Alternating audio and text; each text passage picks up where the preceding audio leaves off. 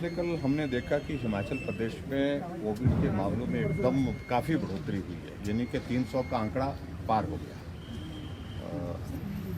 और हम जब इस सारी चीज़ को जब देख रहे थे कि पिछली बार जब कोविड आया था आंकड़ा धीरे धीरे बढ़ा था, और अब की बार पिछले 20-25 दिनों में 220 से आंकड़ा 2000 के करीब पहुंच गया है, जिसको मैं कह सकता हूँ कि बहुत रैपिड, बहुत फास्ट जो है वो एकदम जो है स्प्रेड हो रहा है।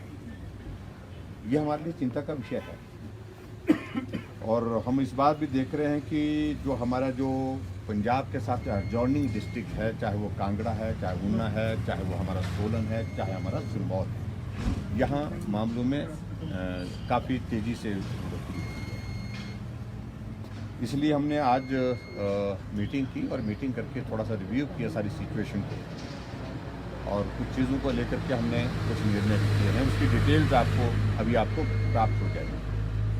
मोटे तौर पर हमने एक तो ये तय किया कि जो मंदिरों में दर्शन का जो श्रद्धालु आता है, दर्शन करने के लिए आते हैं, वो तो श्रद्धालु दर्शन करेंगे, लेकिन वहाँ लंगर का आयोजन, भजन कीर्तन का आयोजन, हवन का आयोजन जिस प्रकार से करते हैं, उस पर हमने कहा कि फिलहाल रुकना चाहिए। दूसरी बात, हमने ये भी निर्णय किया कि जो पब्लिक प्रोग्राम्स हैं हमारे हैं, वो अगर हॉल के अंदर हैं उसमें वही रखा हमने कि 200 मैक्सिमम और 50% ऑफ द टोटल कैपेसिटी, 50% वह टोटल कैपेसिटी का। अगर जहाँ जैसे 400 लोग बैठ सकते हैं, वहाँ पर 200 से ऊपर ज़्यादा लोग नहीं बैठे, 50% बैठेंगे। जहाँ 100 आदमी बैठ सकते हैं कमरे के अंदर, वहाँ पर 50 आदमी ही बैठेंगे।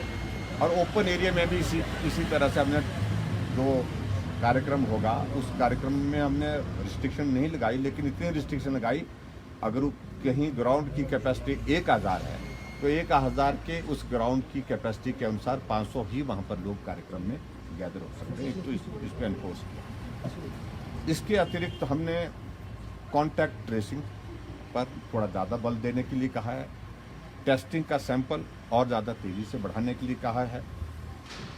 इसके अतिरिक्त जो हमारे स्कूल कॉलेजेस में जहां हमारे एग्ज़ाम हो रहे हैं, जिन क्लासेस के हो रहे हैं, बोर्ड क्लासेस के, तो वहां पर तो अभी तक जो है उस तरह से उस पर रिस्ट्रिक्शन नहीं लगा रहे, लेकिन एक हफ्ते के लिए हम कल के बाद इस बात को लेकर के जो है वो स्कूल बंद करने के लिए एक ये कर रहे हैं, क्योंकि उसमें ऑलरेडी 3-4 दिन की, शायद 4 दिन की छुट्टियाँ बता रहे थे।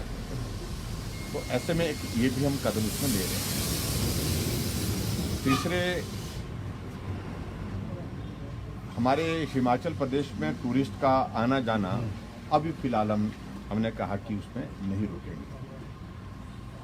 होम आइसोलेशन के मैकेनिज्म को स्ट्रेंथन करने के लिए कहा है, और इसके अतिरिक्त जो है वो जहां हमारी बेड कैपेसिटी को लेकर के उस पर भी हमने रिव्यू किया, और उसको और ज़्यादा इन्हांस और बिल्कुल एक्टिव इसमें रखना चाहिए हमको इस पे, ताकि जहाँ भी ज़रूरत पड़ेगी उसके मुताबिक पेशेंट को वहाँ पर एडमिट करना पड़े तो एडमिट करने के लिए वहाँ पर गुंजाइश रहे।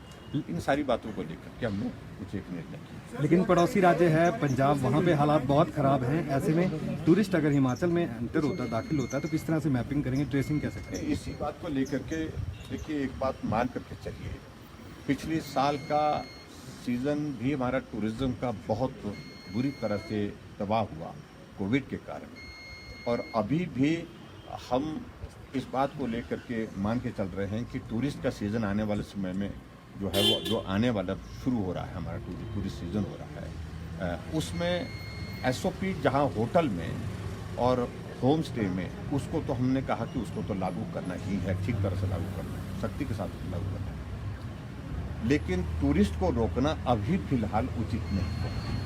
स्टेट की इकॉनमी के लिए, स्टेट के रोज़गार के लिए ऐसी परिस्थिति में थोड़ा इंतज़ार ज़रूर करेंगे। हाँ, अगर बहुत ही तेज़ी से बढ़ोतरी मामलों में होती जाएगी कोविड के, तो उस सूरत में रिव्यू करेंगे, फिर से रिव्यू करेंगे। मतलब टीचर उनका क्या रहेगा, वो स्कूल में आप आएंगे कि नहीं आएंगे सर? टीचर्स तो आएंगे फिलहाल,